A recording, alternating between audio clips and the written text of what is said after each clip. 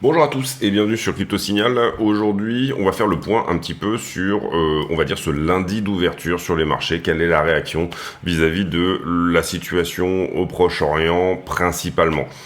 On passe en partage d'écran. J'en profite pour vous dire de ne pas hésiter à vous abonner, activer la cloche des notifications, éventuellement venir nous rejoindre sur le Discord. Je fais également une vidéo en général en fin d'après-midi ou après l'ouverture Wall Street tous les jours, une vidéo privée, donc n'hésitez pas si ça vous intéresse à vous renseigner en cliquant sur le bouton rejoindre sous la vidéo. On est ici sur le Bitcoin face au dollar en daily. Alors concrètement, pour le moment, on peut pas vraiment dire que cette daily est perdue, mais il y a des très bonnes chances que ça soit le cas, en tout cas au vu de comment a commencé la journée. Il faut bien comprendre que réintégrer ici cette trend paraît un petit peu compliqué à ce stade, mais pas impossible. Pour le moment, elle n'est pas totalement perdue. Cela dit, à ce moment-là, si jamais on venait vraiment à la perdre et donc à perdre le niveau des 27,8, comprenez que le niveau suivant se trouve autour des 27,2, une nouvelle fois, niveau qui par le passé avait plutôt bien réagi. Est-ce que le fondamental ici est suffisant pour provoquer la perte de ce niveau? C'est un petit peu la question qu'on va se poser aujourd'hui. Et également, bien sûr, où se trouve la liquidité? Est-ce qu'on peut rebondir sur ce niveau-là? On va voir si c'est un niveau pertinent, le niveau actuel, j'entends. Ce genre de choses. Eh bien, alors, ce qu'on peut dire ici, c'est que on a une forme sur le 4 heures, et vous voyez qu'on avait mis celle-ci en daily, donc malheureusement, il va falloir attendre une confirmation ici qu'elle est réellement perdue, qu'on ne fasse pas très exactement ce type de bougie-là, et qu'on réintègre, hein, c'est ce que je viens de dire à l'instant. Cela dit, la structure reste globalement d'une certaine manière, et là je parle ici pour le 4 heures haussière. À quel moment on peut considérer qu'elle passe éventuellement baissière? Sur le 4 heures, je dirais que si on perd ici ce point-là, hein, le niveau qui est légèrement en dessous, mais on va garder cette idée plus ou moins des 27,2, mais si jamais là, on enfonce beaucoup plus que tout simplement 27,150, on peut se dire qu'on est sur un retournement avec effectivement, vous l'avez vu ici, un M-top qui pourrait nous emmener éventuellement plus bas. Ça c'est important. Donc le niveau ici, il est plus ou moins crucial dans cette zone. Ici sur Bybit, la liquidité avait été prise à ce niveau-là, donc on peut peut-être se dire qu'il y a une sorte de fair value gap dans des timeframes plus petites qui pourrait ici repousser le prix vers le haut, tout simplement pour venir chercher à minima un retracement et peut-être le point supérieur. Cela dit, c'est quand même compliqué ici de mettre vraiment beaucoup sur cette idée-là, mais si jamais on avait quelque chose à prendre, comprenez bien qu'on va mettre ici l'imbalance finder. C'est assez logique de se dire qu'il est à peu près dans cette zone-là, sur le 1 heure. Alors là, on ne le voit pas en 1 heure, peut-être devoir descendre sur le 30 minutes. Sur le 30 minutes, on a un petit quelque chose ici à 27 423. Est-ce que ça a été touché? Oui. Donc on a une espèce de réaction et c'est normal sur ce point-là. Donc là, on est sur le 30 minutes et sur le 15, je pense qu'on peut aller plus bas. Non, pas vraiment même. Sur le 5...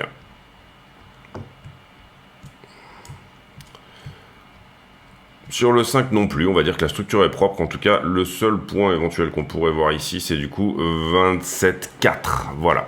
Donc, si c'est pas 27,4, c'est 27,2. Est-ce qu'on a touché 27,4 ici? Oui, tout pile. Donc, il est possible qu'on se reprenne à ce stade, notamment si on commence à montrer ici des signes de structure. Des signes de structure, qu'est-ce que ça veut dire? Ça veut dire que tout simplement, ici, on est sur la time frame 5 minutes, mais on pourrait aller regarder sur les time frames un peu plus grosses, éventuellement, sans trop de problèmes. Tout simplement, une structure de retournement, ça voudrait dire que ici, le bas qui est là, tout simplement, tient. Ça voudrait dire que ce niveau-là, ici, est repris et que là, du coup, tout simplement, on engendre un W en 5 minutes qui pourrait nous dire que on va vers un retracement haussier. À minima, comprenez bien ici que la structure 5 minutes est baissière et ça depuis un petit moment. On a eu un week-end globalement baissier uniquement, on va dire ça comme ça. Ce que je peux voir ici, c'est que par contre, et ce qui est encourageant, c'est qu'on est passé sous la structure 5 minutes. Donc toute la liquidité finalement du week-end a été littéralement nettoyée. C'est le contexte ici qui va jouer, c'est-à-dire comment est-ce que le marché, quand on va ouvrir Wall Street à 15h30, va prendre cette idée finalement de, on va dire, d'intifada à base de roquettes, de la part du Hamas en Israël, et quelle va être la réaction au niveau du pétrole, etc. Donc c'est ce qu'on va aller analyser aujourd'hui. On va faire un petit tour sur Ethereum juste avant. Ethereum BTC, Ethereum qui corrige plus que Bitcoin sur cette descente. Il est descendu, je crois, autour des 1580. Bon, en daily, on peut pas nécessairement dire que la structure est perdue également. Hop, on va se mettre comme ça. Hop, je sais pas pourquoi, voilà. Hop, comme ceci. Bon, voilà, on est sur des points où ça peut dévier, on n'a pas encore vraiment de confirmation. Si jamais, par contre, on venait à faire vraiment quelque chose, vous voyez, ça, c'est des déviations, hein, tout ça, ce sont des déviations. Pour le moment, on peut pas réellement dire que, entre guillemets, cette trend-là, qui correspond finalement au bas du biseau, est réellement perdue. Malheureusement, eh bien, Ethereum, ici, qui corrige plus. Personnellement, j'étais sur un trade assez conséquent sur Ethereum, que j'ai dérisqué ce week-end, hein, au vu de la situation. C'était pas très engageant, donc j'en ai dérisqué une bonne partie, il m'en reste un petit peu, j'attends une structure sur Ethereum pour éventuellement re-rentrer long. Malheureusement j'ai pas pris le short qui a suivi, qui aurait pu être intéressant, et pour le moment, pour moi, quand je regarde Ethereum, on est sur cette trend d'accumulation là, on est sur une structure qui peut potentiellement être, rester haussière en daily, on va le dire comme ça. Donc un peu la même chose que sur BTC. Bien évidemment, ici, le point à ne pas perdre, ça serait 1560. Il y a une belle boîte de liquidité en dessous, là, donc attention également, à tout simplement une forme de M-top également. Et vous voyez que Ether a moins... La structure est plus pentue que Bitcoin. Donc Ether qui semble moins engageant ici, mais c'est comme ça qu'on attrape finalement des trades entre guillemets vraiment intéressants. C'est quand les choses sont moins engageantes que autre chose. Le risque amène la récompense parfois. Donc bien comprendre ceci, sur Ether, j'avais expliqué également dans la vidéo affiliée hier qu'on avait un très joli triangle ici. En général, les triangles sont des figures qui sont baissières. Celle-ci vient éventuellement à casser haussier. Elle vient de faire 2 retests. Si jamais ça tient, et je parle ici finalement de ne pas trop traverser à la fois la traîne qui est en dessous ici, sinon on s'engage pour un range. Hein. Vous savez que un triangle qui se transforme, qui casse des deux côtés, va souvent nous donner un range ensuite. Donc ça c'est une possibilité également, et ça sera littéralement tradable parce que l'amplitude du range est très belle. Mais si jamais on tient donc du coup la distribution blanche là, celle-ci, le bas du coup on l'a cassé, et si jamais on la tient ici, donc il faut un réveil là assez rapide de Ethereum, et si on tient ça, à ce moment-là, ça nous donne une target d'une figure bearish qui casse bullish, c'est-à-dire ici, amplitude, en gros, globalement, vous pouvez vous dire que c'est à peu près $2000, donc c'est des targets que nous, on évoque depuis un certain moment désormais sur Ethereum, puisque la liquidité y est, voilà, $2006. La question maintenant, c'est est-ce qu'il va nous donner ça ou un range en fait, hein, tout simplement. Et pour moi, le critère graphique d'aide à la décision, il va être si jamais on perd lamentablement et qu'on traverse réellement toute cette trend d'accumulation, et encore une fois le bas de cette distribution qui désormais est cassée, à savoir perdre la figure en fait, hein, en réalité. Donc si on perd la structure, on va dire critère graphique, je dirais 1560 si on les touche. Et là, on parle pas de les enfoncer, on parle même de juste aller les toucher. Je pense que ça peut être un bon critère graphique pour se dire, ok, on n'est pas dans le bon scénario, on va sur un range et on va prendre la boîte de liquidité qui est celle-ci. Si jamais, en revanche, on venait à rebondir et à prendre ce point-là, on pourrait éventuellement viser 2000 sur Ethereum. Combien de chances d'y aller? Eh bien, quand un triangle symétrique de creux, puisque c'est ce qu'on a là sous les yeux, vient à casser à la hausse, on a 80% de chances d'atteindre la target. Donc des chances d'en sortir en range et des chances également d'atteindre la target dorénavant. Voilà, attention éventuellement à un éventuel flag, ce genre de choses, mais ça on pourra en parler éventuellement plus tard. Donc vraiment sur Ethereum, ça passe ou ça casse. Tenter du long bien évidemment avec des très forts des très fortes allocations de votre portefeuille de trading, vu le contexte, n'est pas une bonne idée. Hein. On parle ici de positions qui doivent être maîtrisées en termes de taille et qui ne doivent pas trop, bien sûr, s'afficher ou en tout cas s'exposer. Ici, même chose, on avait une AQ en 4 heures. Est-ce qu'elle est perdue dorénavant? Et on parle ici du total 3. Pour le moment, oui, on va dire. Hein, on va dire ici, là, on a une ouverture clôture. On peut peut-être considérer qu'elle est perdue. Donc attention sur les alts. On avait des très belles dispositions vendredi, en fait. Hein, et avant samedi, donc cet événement, on avait vraiment des très belles dispositions pour éventuellement partir en haut. Mais là, cet événement remet bien évidemment beaucoup de choses en cause. Qu'est-ce que ça remet en cause? Bon, on a déjà fait un sujet sur la question, un potentiel choc pétrolier, hein, d'une certaine manière, comme ça avait été le cas il y a 50 ans, en 73. Une réaction des pays arabes éventuels à une réaction éventuelle également d'Israël et des États-Unis qui soit un peu démesurée. Et bien évidemment, en ce moment, est-ce que la grande question, c'est est-ce qu'il va y avoir un pied qui va être mis en Iran ou pas? Est-ce qu'il va y avoir une forme de déclaration de guerre envers l'Iran, puisque les choses semblent s'envenimer? On voit également ici que le VIX est en train de repartir à la hausse, plus 10% aujourd'hui. Le VIX, c'est l'indice de la peur sur les marchés, c'est l'indice de volatilité du S&P 500, donc attention à ça. Sur l'US Tech, donc sur les futurs hier, hein, quand on a ouvert à minuit, l'US Tech, donc plus ou moins le Nasdaq, les 100 plus grosses, on va dire déjà actions technologiques aux États-Unis. On a ouvert avec un gros gap ici. Donc la question aujourd'hui, c'est de se dire, est-ce que la session US va être haussière ou baissière? Et elle ne va pas nécessairement être baissière, puisque la baisse a été déjà pricée d'une certaine manière. Donc on sait que c'est pas qu'elle a été déjà pricée. On a eu une baisse cette nuit qui pourrait être éventuellement retracée. C'est une possibilité qu'on ait, à contrario de ce que tout le monde pense finalement, eh bien une session Wall Street qui soit haussière. On va ici voir le S&P également qui, pour le coup, fait exactement la même chose. Qu'est-ce que c'est? C'est tout simplement construire un gap à la baisse, hein, au moment où hier on a commencé à coter à minuit, et ben tout simplement le marché a ouvert avec un trou, on va dire ça comme ça, un trou de cotation. Et puis pendant la session, on peut tout à fait aller le chercher, c'est-à-dire reprendre à la hausse le trou de ce week-end, ou tout simplement partir en bas, et à ce moment-là, ça restera un gap de rupture. En général, on prend ces gaps-là dans les 2 jours, mais ici, il faut comprendre encore une fois qu'on est sur un contexte assez particulier. En ce qui concerne le pétrole, le WTI qui a ouvert pour le coup, lui, en gap haussier, hein, d'accord, c'est logique, hein, bien évidemment, comme ceci. En gap haussier, même chose, est-ce qu'aujourd'hui, les choses se calment un petit peu, on vient retracer à la baisse? Le pétrole avait bien retracé, et c'est pour ça qu'on avait des très belles dispositions dernièrement pour un éventuel retracement plus important du pétrole, donc une baisse de l'inflation, on va dire, à terme. Ici, on voit que c'est quand même relativement propre pour le moment pour repousser, puisqu'on est sur tendance. Maintenant, il est tout à fait possible que pour le coup, on casse cette distribution et qu'on revienne à des niveaux beaucoup plus importants. Il faut comprendre ici que selon le contexte, on va peut-être se retrouver tout simplement avec un pétrole à 150 $ le baril en quelques jours. C'est tout à fait possible. Même chose sur, on va dire, le baril de Brent. Hein, je pense qu'on est à peu près sur les mêmes histoires.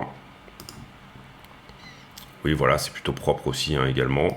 Et puis gap haussier aussi. Et puis l'indice gasoline aux États-Unis, gap haussier aussi également. Et vous voyez qu'on... Pour le coup, la trend ici était beaucoup plus baissière. Bon, c'est compliqué cette histoire quand même, parce que, effectivement... La session de Wall Street d'aujourd'hui devrait potentiellement nous en dire beaucoup, en tout cas sur comment réagissent les marchés. Ce qu'il faut comprendre ici, et on va passer sur les news du coup, est-ce qu'on fait Twitter? Oui, on va le faire. Qu'est-ce qu'on a sur Twitter? J'ai posté pas mal de choses sur ces fameux gaps dont on vient de parler. Ici, c'est un petit peu plus une réflexion philosophique sur le moment. Ici, c'est en fait ce que je vais regarder, moi, c'est principalement la réaction des États-Unis et la réaction des pays arabes vis-à-vis de la réaction des États-Unis, tout simplement. Je pense que c'est vraiment ça qui géopolitiquement va faire la différence.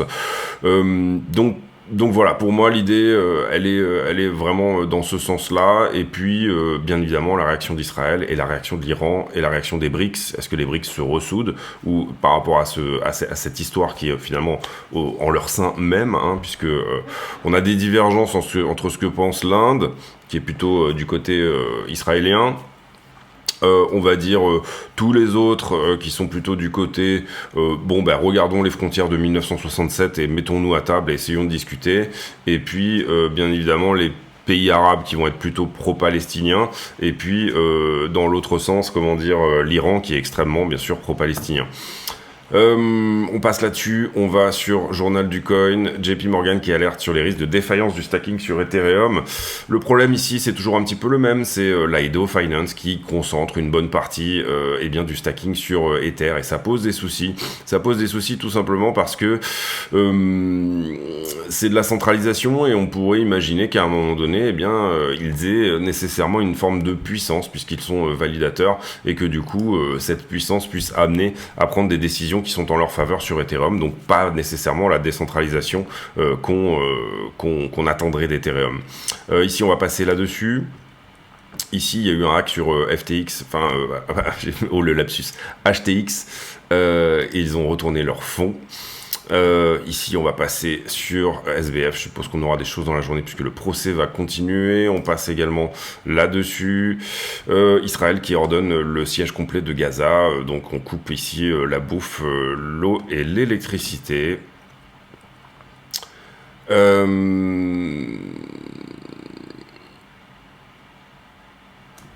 Ici, l'OPEC qui visiblement est en train de... Je vais lire cet article comme ça je vous...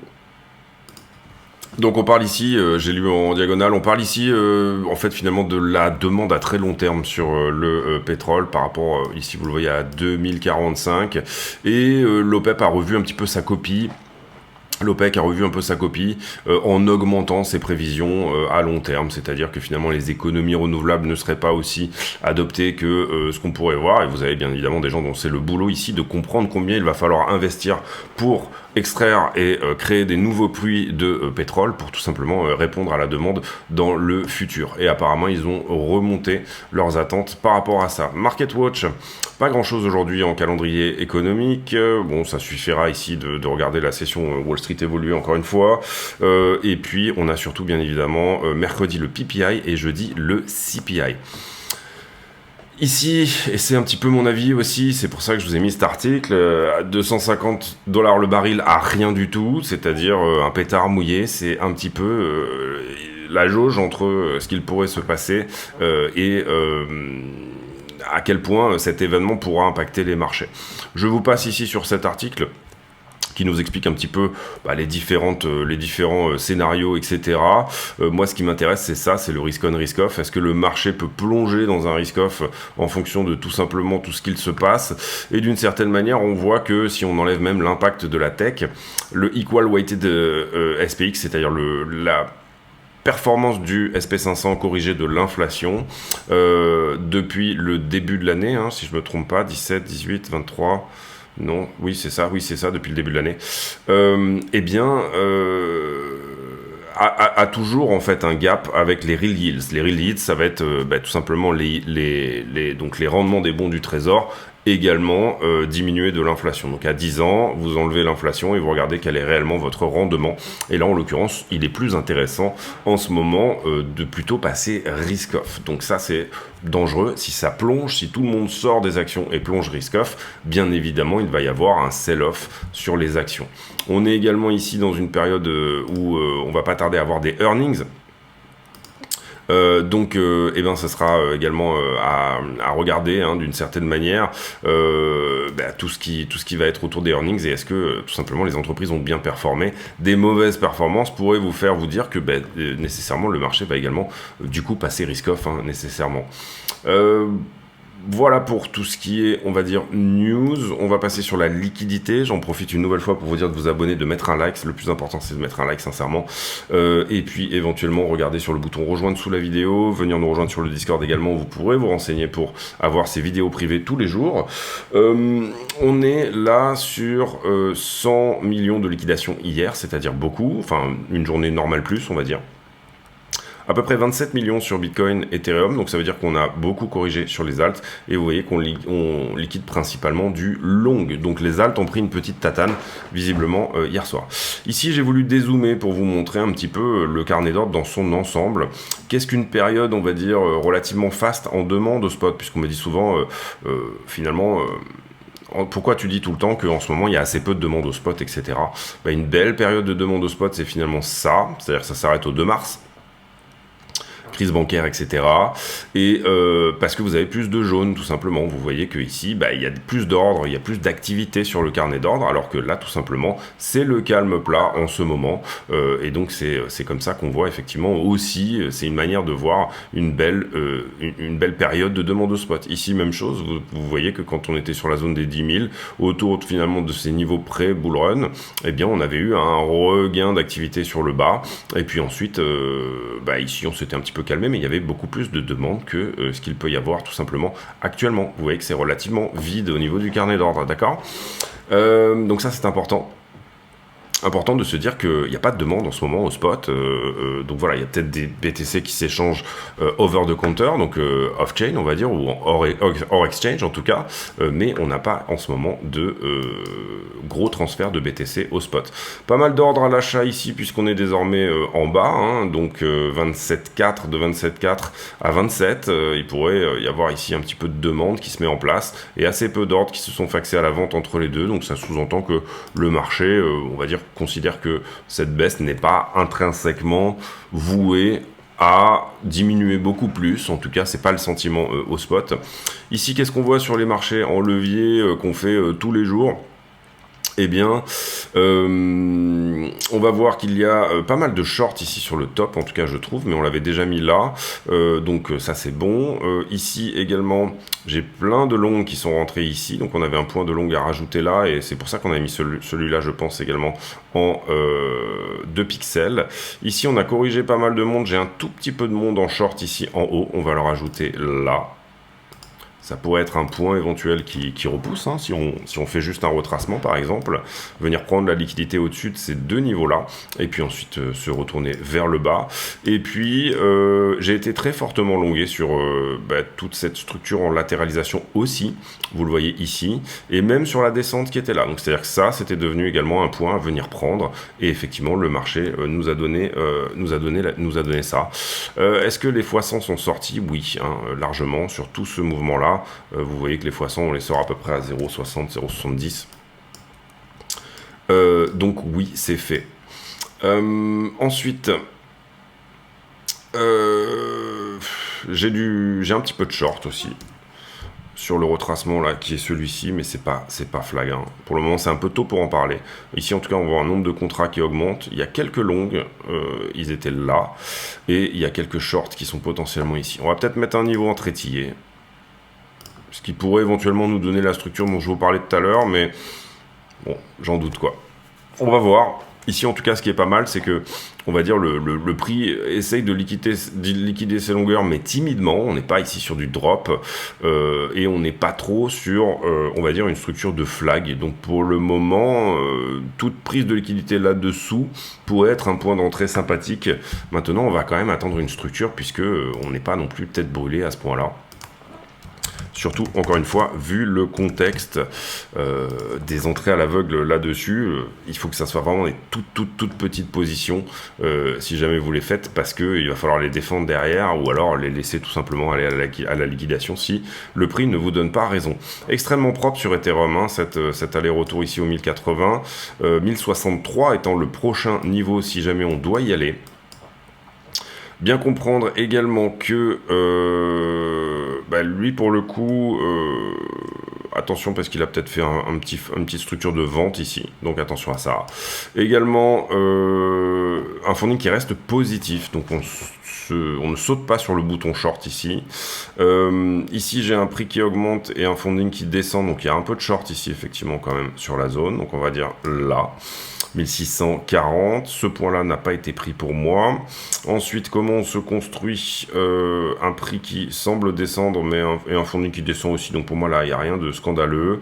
Ici, peut-être un tout petit peu de long. Un gros short qui est rentré là, on le voit tout de suite, puisque le funding plonge littéralement. Donc soit c'est un long qui a fermé sa position ici, pardon, ici. Soit c'est un long qui a fermé sa position, soit c'est un gros short qui rentre. Je pense qu'on peut mettre un point ici, en tout cas, en short. Derrière, tous ces niveaux ont été pris. On commence à dévisser à partir de là. Pas d'anomalie depuis. Et là, par contre, j'ai un peu de long qui est rentré sur le bas. Donc, on va faire comme ça. Hop, et on va virer tout cela. Donc, possibilité de faire un nouveau plus bas ici sur Ether, puisque j'ai du long qui rentre là. On a été shorté au top, mais ça paraît vraiment loin pour aller les chercher maintenant. Ouais, voilà en gros l'analyse. Donc, soit on fait un nouveau plus bas, on passe sous la structure et du coup, on se construit en longue à partir de là, soit les gens essayent d'attraper ce couteau qui tombe et là, ça va aller plus bas sur Ether. Prochaine borne basse, 1560. Les poches de liquidité. Alors, je me mets en pause, je vais me reloguer tout, puisque visiblement, il a réinitialisé tout ça. Ok, alors les poches de liquidité, on a un delta shorter-longueur qui est plutôt en faveur des longues, malgré cette diminution du prix sur Ether, et ce sur les 5 derniers jours, sur Bitcoin, pardon. Et là, pour le coup, c'est 23,2 qui serait en ligne de mire, peut-être très légèrement en dessous. 27,2 pardon, ou 27, voire 27, si jamais on devait prendre toute la liquidité ici en bas. Les shorts commencent en ce lundi à se montrer. Vous voyez d'ailleurs que le delta est fortement à la diminution ici. Donc pourquoi pas. On a liquidé très bien tous les shorters qui étaient en haut sur ce mouvement qu'on a fait ici au 28 390. Et depuis, assez peu de shorters finalement. Et une poche de liquidité en bas, donc attention à ça.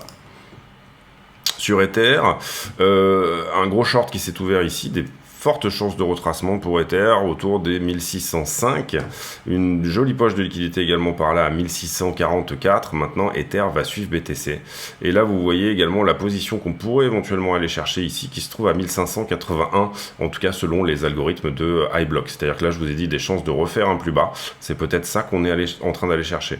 Maintenant si on va chercher ça, il est possible qu'on laisse gagner ça et ça, et que du coup elles sortent, et que ça n'ait plus aucun intérêt de refaire le mouvement haussier qui s'ensuit. La 12 heures sur BTC, on voit assez peu d'engagement ce week-end et ça commence à engager ce matin. Ça commence à engager ce matin avec, je dirais, plus de longues que de short, assez bizarrement. Donc peut-être beaucoup de monde qui commence à se dire que le plus bas est trouvé. Et ça, c'est pas forcément en faveur d'un up. Ce qu'on a pu voir également sur la One Week, c'est qu'on est allé chercher 28 450 et ça, c'était le 6 octobre, avant ce week-end. Il reste encore de la liquidité en haut et ce jusqu'à 29. On n'a pas eu le push pour aller la chercher. À ce stade-là, 26,8 pourrait être éventuellement la target, voire en dessous 26,3.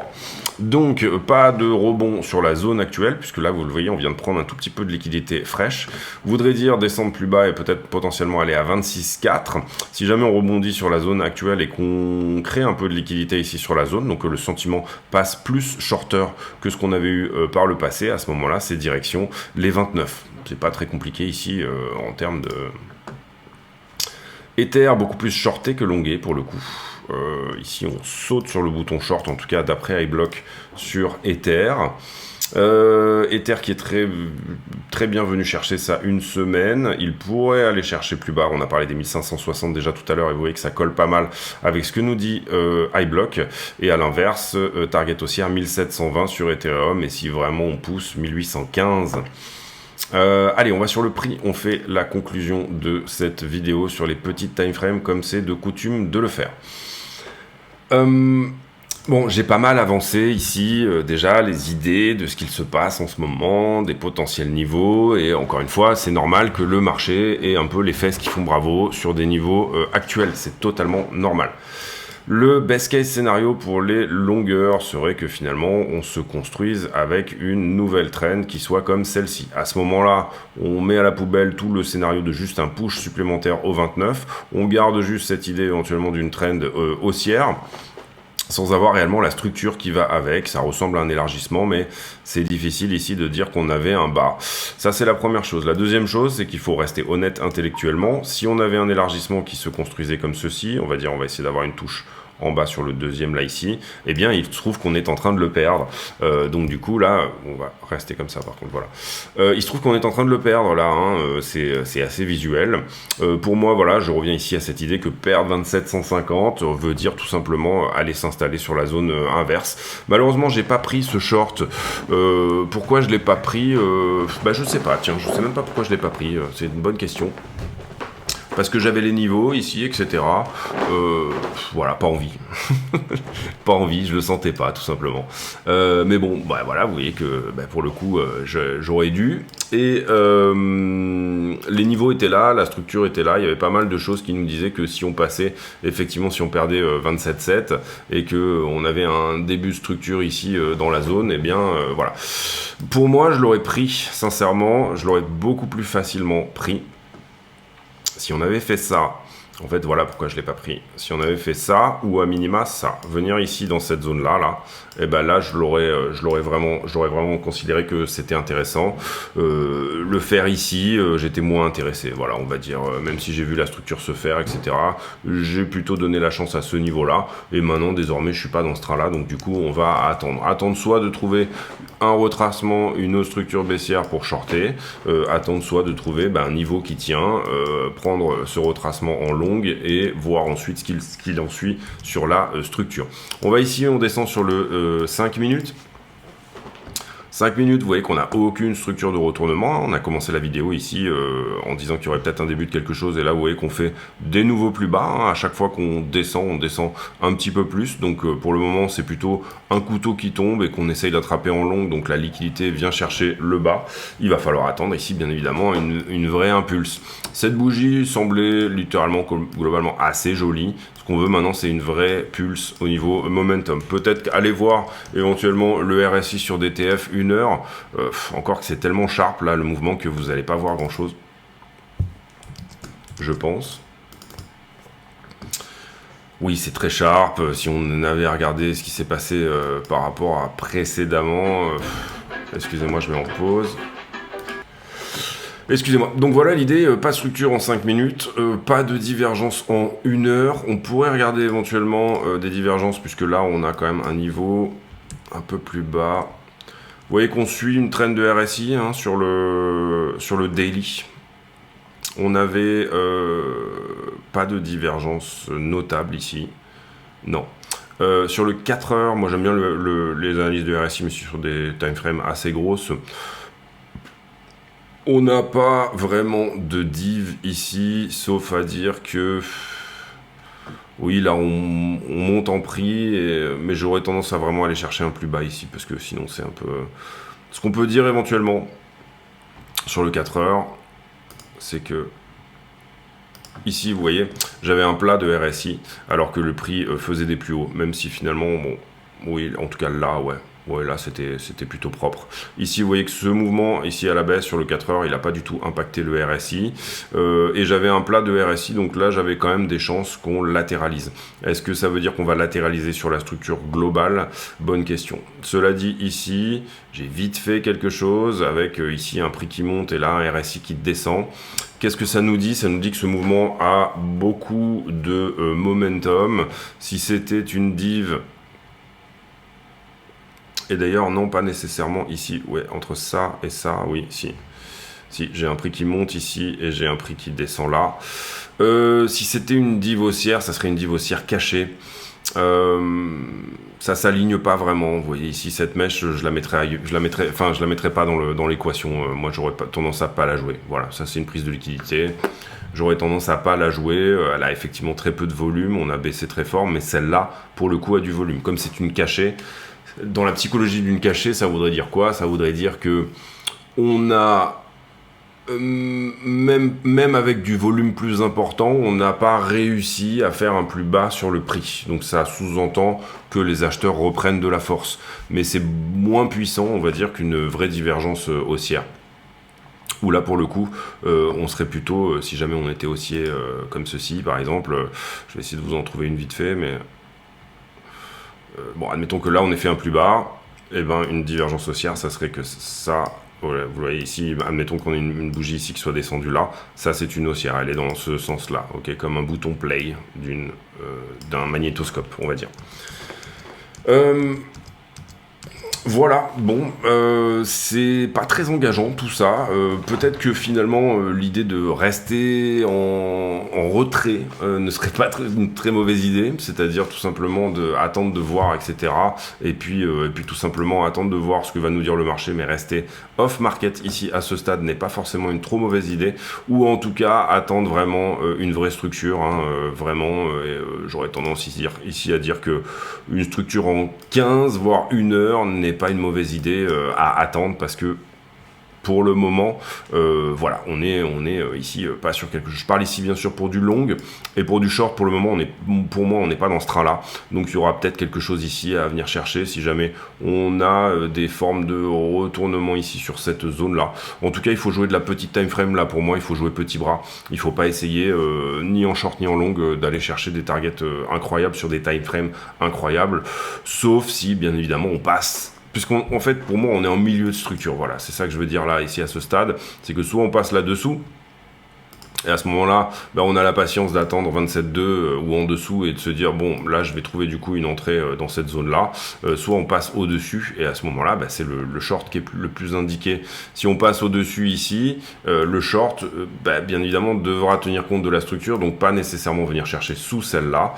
Pour le moment, voilà, pour moi, la structure est toujours haussière, donc celui qui va jouer un short devra le jouer sur des time frames plus petites que la structure. Et celui qui va jouer du long devra aller jouer sur les niveaux les plus avares possibles pour tout simplement ne pas avoir un retournement de la structure. Et c'est ce que j'avais dit, je pense, on avait parlé de ce creux. Oui, c'est là. Oui, c'est là. D'une certaine manière, mon analyse, moi, principale, et en tout cas le plan de trading pour vraiment se dire que je vais rentrer sur des longs qui vont chercher la structure, eh ben, c'est que ce creux-là n'est pas un creux majeur, d'accord. Pour le moment, pour moi, c'est lui qui est un creux majeur, c'est lui qui doit tenir, donc ma zone d'entrée, la plus importante se trouverait entre finalement 26,2 pardon, et 25,2. Ça, c'est important. Et là, pour le coup, on aurait nettoyé une bonne partie des longueurs du moment pour ensuite éventuellement continuer la structure plus en fonction de ça, finalement, qu'en fonction de ça. OK ? De ça. D'accord ? Donc, ici, on a un signal qu'on perd ça. C'est qu'on perd la structure. On pourrait derrière avoir un signal qu'on perd ça. La deuxième structure, la moins agressive, ce qui voudrait dire qu'on rejoint ici la structure, on va dire, minimale. Donc, voilà, plutôt en recherche, je dirais même de short que de long, maintenant qu'on a perdu ça. Voilà, c'est ça l'idée, ok ? Et la certitude qu'on a perdu ça, on ne l'a pas encore, mais voilà, plutôt en recherche de short, donc retracement haussier, éventuellement chercher du short pour aller titiller la liquidité qui se trouve à minima dans toute cette zone-là, serait plutôt ce que j'aurais tendance à mettre sur la table. Maintenant, attention à la session Wall Street de 15h30, parce qu'on a des gaps, on a des choses comme ça, etc. Et donc on pourrait avoir une surprise un petit peu dans l'autre sens. On va regarder ici comment ça se construit. Il se pourrait également qu'on ait un sell-off à l'ouverture, bien évidemment, de la session, et que derrière, après, on se retourne en milieu de session. Ça, c'est vraiment des choses qui sont possibles. Bref, je vous laisse là-dessus. J'espère que cette vidéo vous a plu. On comprend ici que c'est un événement géopolitique qui vient inverser des choses qui étaient plutôt sur le feu dans le bon sens, et on va voir ici quelle sera la suite, tout simplement. Je vous laisse là-dessus, passez une très bonne journée, on se retrouve demain. D'ici là, portez-vous bien. J'ai pour habitude en fin de vidéo de poser une question à la con, c'est-à-dire une question qui n'a rien à voir avec le prix du Bitcoin, mais qui nous permet de converser de choses et d'autres. Tiens, on va parler aujourd'hui d'opération. À quand date votre dernière opération? Et c'était par rapport à quoi? Opération sur le billard, bien sûr, avec anesthésie. Je vous souhaite à tous une très bonne journée. On se retrouve demain. À très bientôt. Ciao.